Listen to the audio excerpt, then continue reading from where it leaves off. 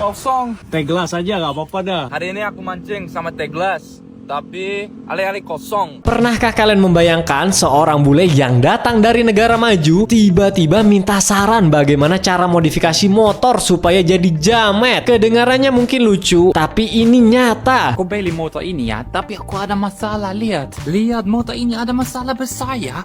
Semuanya masih asli. Dan karena aku bule di Bali, pasti aku mau menjadi jamet kan. Terus aku harus bikin modifikasi, tapi aku gak tahu aku harus beli apa ya. Terus tolong kasih tahu aku ya.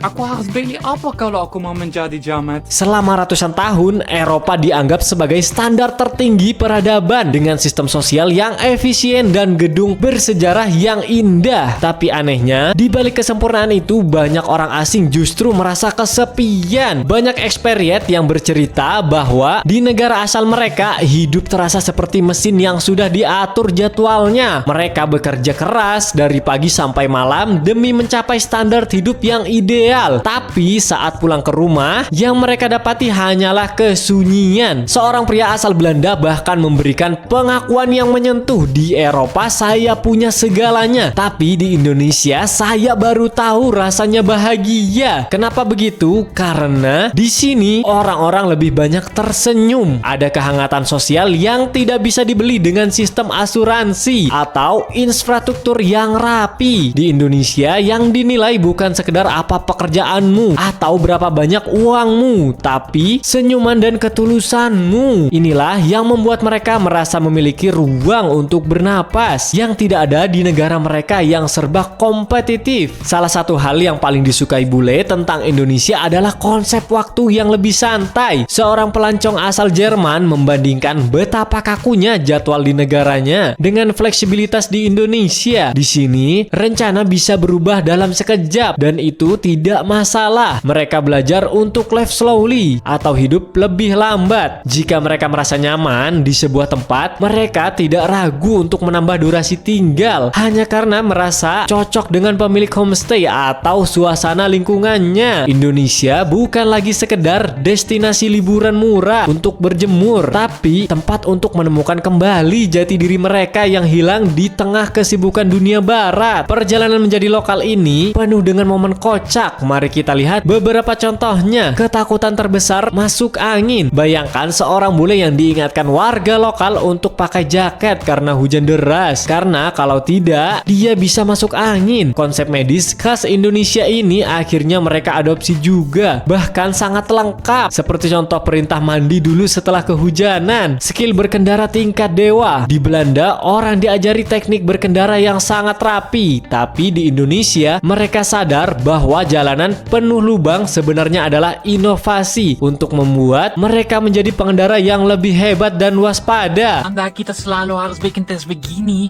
kalau mau dapat SIM. Tapi aku belum tahu ya, itu untuk apa? Tapi akhirnya sesudah aku bawa motor di Indonesia, aku tahu kenapa mereka ajarin itu. Pasti jalanan di Indonesia dibuat untuk bikin kita jadi pengendara yang baik dan benar.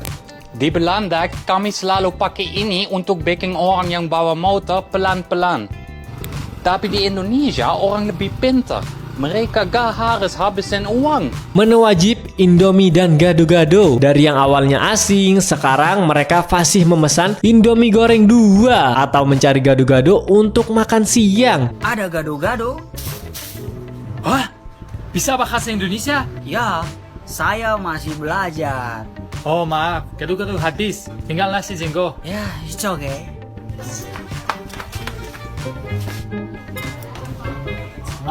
Bisa dari aku bahasa Inggris?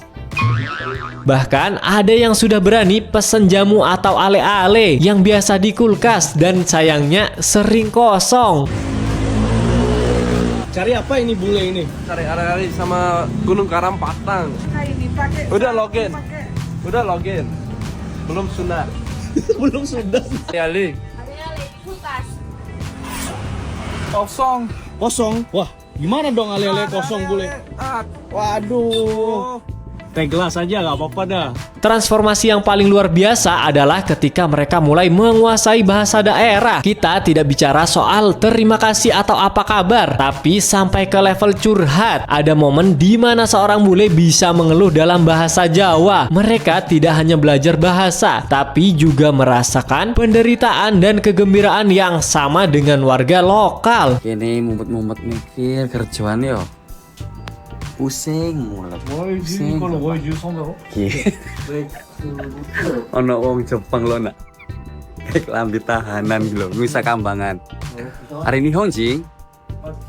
Bagi mereka, pusat dunia tidak lagi selalu barat. Terkadang pusat kebahagiaan itu ada di timur, di tempat yang sederhana dan penuh tawa. Indonesia memang belum sempurna. Kita masih punya banyak masalah sosial dan tantangan besar yang harus diselesaikan. Tapi justru ketidaksempurnaan itulah yang membuat Indonesia terasa nyata. Di sini hidup tidak dingin, tidak kaku, dan tidak seragam. Ada ruang bagi setiap manusia untuk benar-benar menjadi manusia.